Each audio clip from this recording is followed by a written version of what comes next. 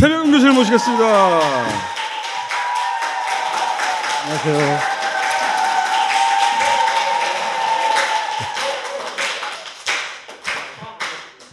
네, 다른 얘기 하기 전에 제가 최백운 교수님에게 이 공식적인 박수를 한번 보내줘야겠다고 생각한 게 최백운 교수님의 통찰. 다시 한번 감탄하면서 일단 영문을 모른 채 박수. 왜 갑자기? 감사합니다. 지난 5월에 바이든 방한에서 한미 정상회담 직후에 모든 언론이 한미 동맹 강화 이런 헛소리 장렬했거든요. 그때 유일하게 내가 단정적으로 말할 수 있어요. 유일하게 그게 아니라 큰일 났다. 우리 경제가 미국 안보의 종속 변수가 됐다. 이 말을 딱 했어요. 그때 미국의 안보, 대중국 포위망, 미국의 대중국 정책 여기에 한국 경제를 종속시켰다는 거야.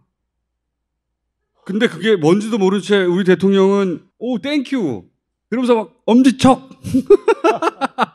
그러면서 했던 첫 번째 행동이 나토 회의에 참석한 거죠.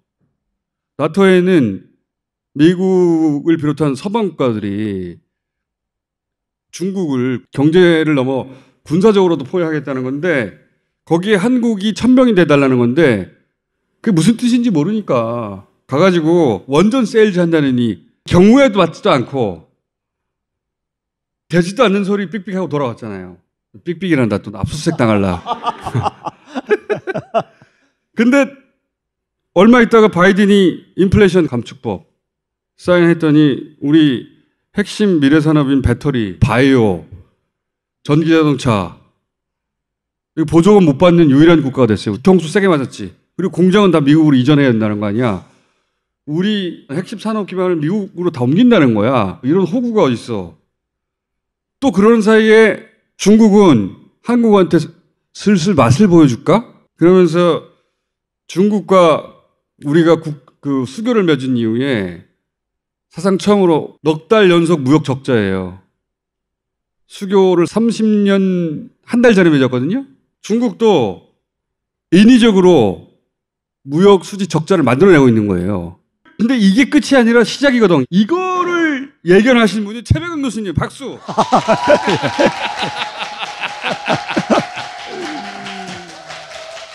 네, 그때도 대단한 통찰이다 생각했거든요.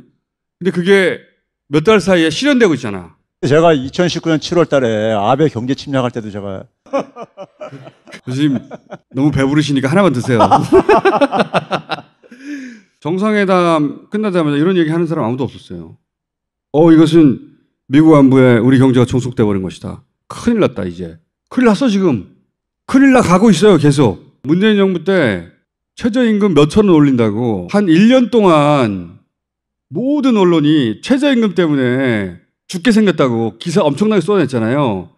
근데 지금 우리나라가 정말로 전방위적으로 위기인데 그런 정도의 기사가 없잖아. 이 감춰주고 있는 거야. 그래서 다스베이다를 꼭 봐야 돼요. 실제 무슨 일이 일어나고 있는지 알아야 될 거 아니야. 자, 이제 교수님 칭찬 다 했는데 들어가시죠 이제.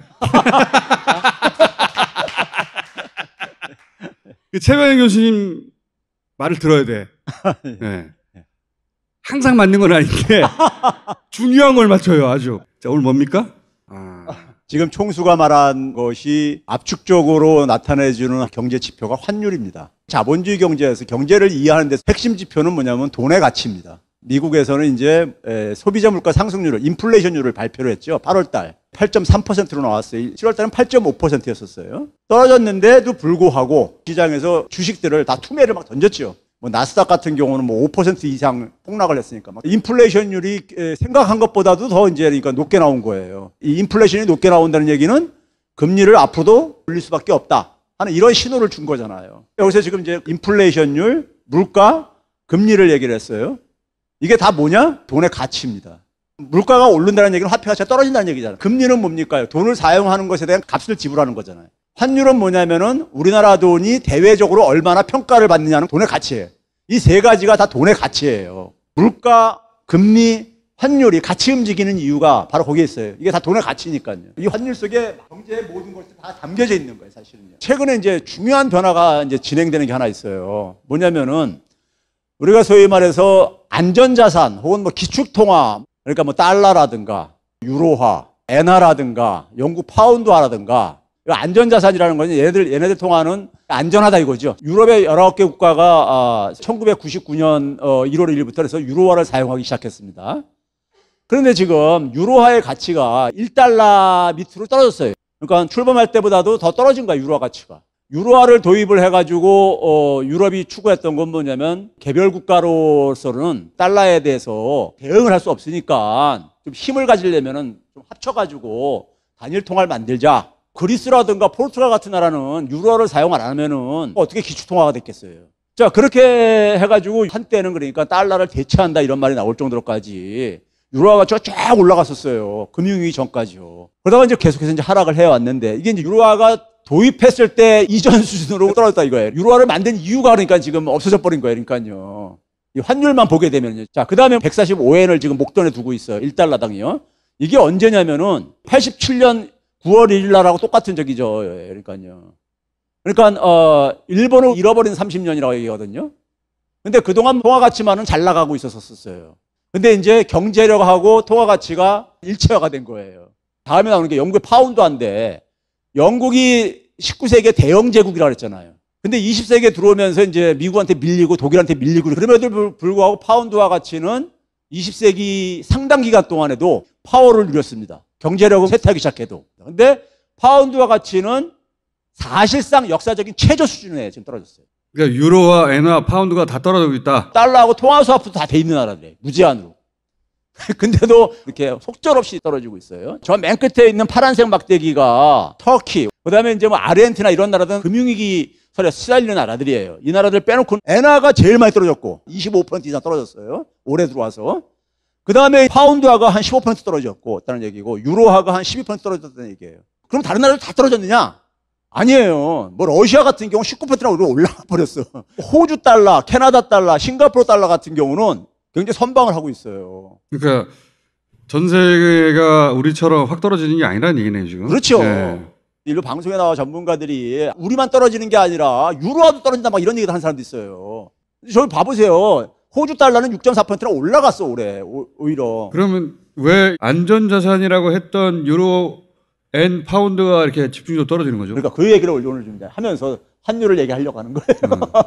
자, 근데 한국이 한 17% 떨어졌어.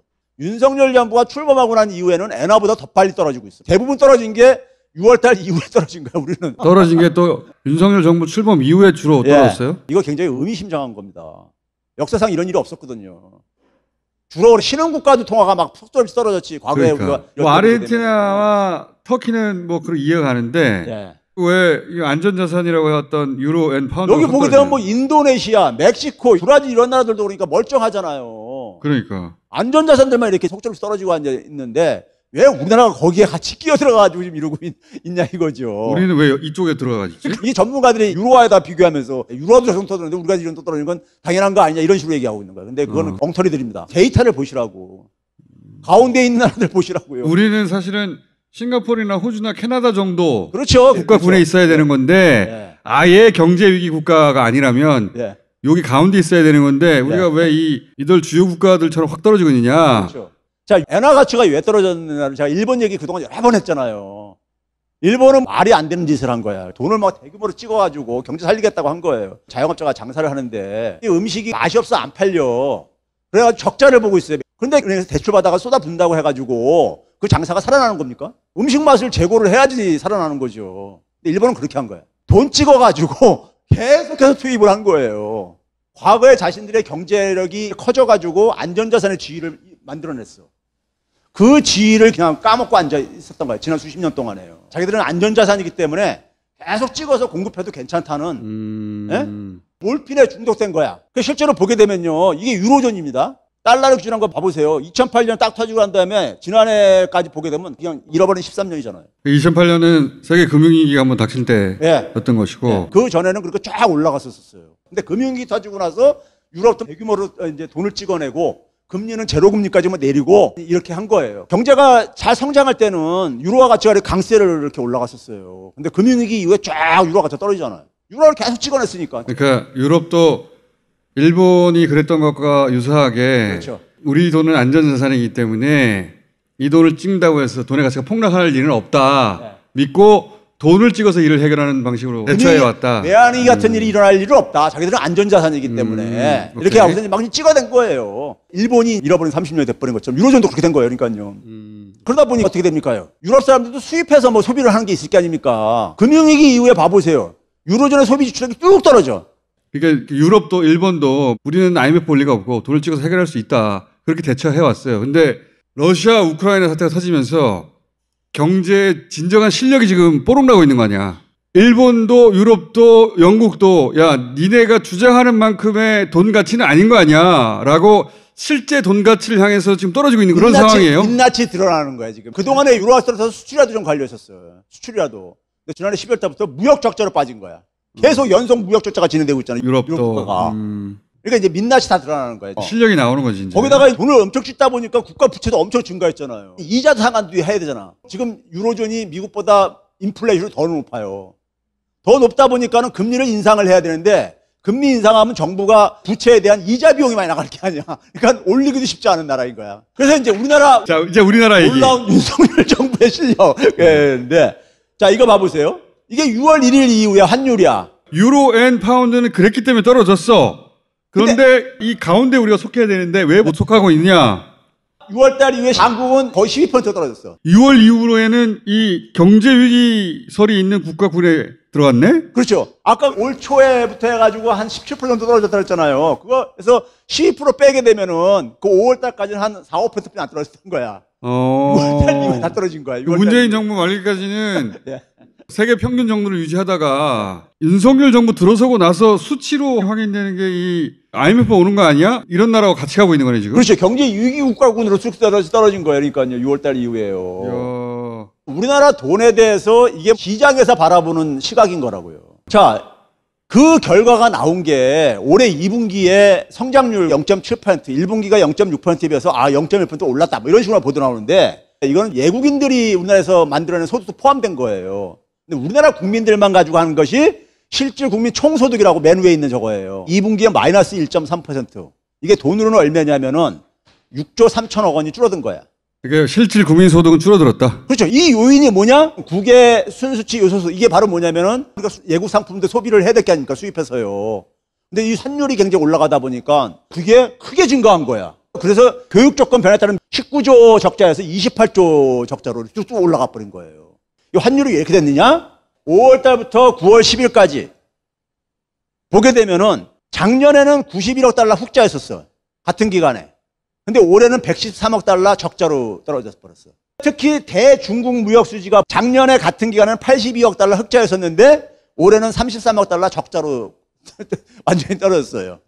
올해 1월 달에서 4월 달까지도 보게 되면 플러스 65억 달러야. 이게 작년 거고 네. 이게 올해 거라는 거죠? 네. 문재인 정부 마지막까지는 대중국 무역 수지가 65억 플러스였는데 네. 진짜 취임한 이후부터네. 그러니까 왜 갑자기 5월 달부터냐고요. 문제는. 5월 달부터 중국이 사인을 보는 거겠죠. 맛을 한번 볼래? 그러니까 그러면서 일부러 수입을 안 한 거 아니에요? 이게 나 너희들한테 이렇게 할 수가 있어. 근데 겉으로 얘기는 안 하죠. 우리처럼 경고죠, 경고. 그렇죠. 우리는 너희들한테 쓸 카드가 많어. 아니 근데 중국으로부터 이런 보복성 조치를 당하고 그럼 미국으로부터 좋은 대우와 많은 보조금을 받으면 되잖아. 거기서도 못 받고 여기서도 이런 취급을 당하는 거야. 이게 바보라는 거지. 바이든 왔을 때 니네가 원하는 데 하긴 할 텐데 중국 우리한테 보복할 거야. 그 보복을 상쇄할 만한 대가를 우리한테 줘야지 가지. 안 그러면 안 간다. 이렇게 써야 되는 거예요. 그리고 그거 받고 중국한테도 야 니네 우리한테 뭐 좋은 거 안 주면 미국한테 다 줘버린다. 그래야 되는 건데 미국한테 다 주고 나서 그러니까 이쪽도 뺏기고 저쪽도 뺏기는 거지. 이런 바보가 아유. 작년에 5월 달에 문재인 대통령하고 바이든 대통령하고 한미 정상회담의 제목이 포괄적 파트너십입니다.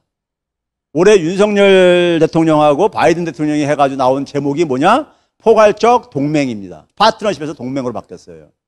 그래서 제가 그런 거예요. 경제와 기술을 그러니까 미국 안보의 종속 변수로 만들어버렸다. 파트너십은 뭐냐면요. 서로가 호혜주의적으로 주고받는 거야. 기브 앤 테이크 식으로 해요. 군사적으로는 그러니까 우리가 동맹이지만은 나머지 분야들은 주권국가가 주권국가가 아니니까 서로 주고받아야죠. 이런 관계로 잘 만들어 놓은 거야. 근데 이거를 스스로 무너뜨려 버린 거야. 아니 근데 무너졌는지도 모른다는 게 문제예요. 그래놓고 뒤통수를 맞았는데 뒤통수를 맞고 나서 어떻게 해야 될지도 몰라.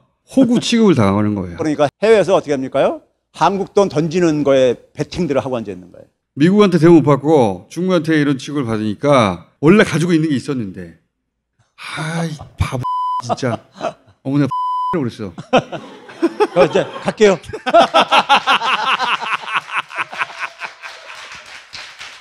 네, 좋은 시간 되세요. 못 들은 걸로 해줘.